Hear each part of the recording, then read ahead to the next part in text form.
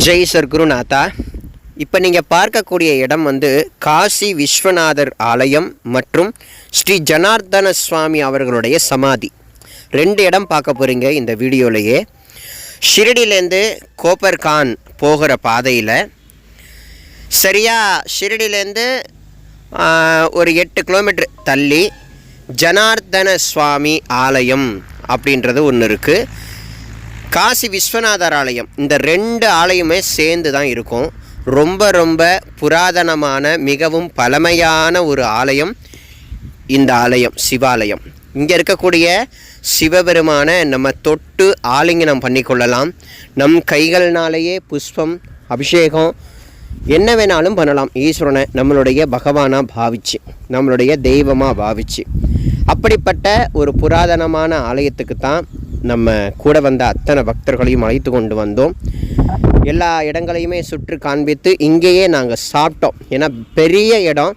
நீங்களும் ஏதாவது ஒரு பெரிய குரூப்பை வைத்து கொண்டு ட்ராவல் பண்ணுறீங்கன்னா இந்த இடத்துல நீங்கள் காலை உணவோ மத்தியான உணவோ செஞ்சு நீங்கள் எடுத்துகிட்டு வந்தீங்கன்னா இங்கே தாராளமாக உட்காந்து சாப்பிடலாம். இங்கேயே அனைத்து விதமான வசதிகளும் இருக்குங்கிறத அடியன் இந்த நேரத்தில் தெரிவிச்சுக்கிறேன். இந்த காசி விஸ்வநாதர் பக்கத்தில் தான் அழகான ஒரு ஜனார்தன சுவாமி ஆலயம் அப்படின்னு சொல்லக்கூடிய ஒரு ஆலயமும் இருக்குது. எனக்கு தெரிஞ்சு இந்த மகாராஷ்டிரா பகுதியில் அடியன் போன சில இடங்களுக்கெல்லாம் பார்த்திங்கன்னா காசி விஸ்வநாதர் ஆலயம் எங்கே இருக்கோ அங்கே ஜனார்தன சுவாமியினுடைய ஒரு ஃபோட்டோவும் இருக்குது. யார் இந்த ஜனார்தன சுவாமி அப்படின்னு கேட்டிங்கன்னா அவர் ஒரு மௌன சுவாமிகள். 2 ஜனார்தன சுவாமி. ஒன்று ஏகநாதர் மகாராஜுடைய குரு ஜனார்தன சுவாமி, இவர் ஒரு ஜனார்தன சுவாமி. ஏகநாதருடைய குருவான ஜனார்தன சுவாமி இவர் கிடையாது, இவர் மௌன சுவாமிகள் அப்படின்றது மட்டும்தான் அர்த்தமாகுது.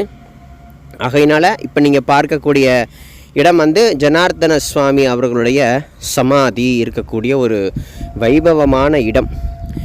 உள்ள ஏகப்பட்ட பக்தர்கள் உட்கார்ந்து நாங்கள் போகிற நேரத்தில் பஜனை பண்ணி கொண்டு இருந்தாங்க. இப்போ நீங்கள் பார்க்குறீங்களே, இவர் தான் ஜனார்தன சுவாமி அவர்களுடைய சமாதி. நடுவில் லிங்க பிரதிஷ்டை பண்ணியிருப்பட்டிருக்கு, அவருடைய திருவடி பாதுக.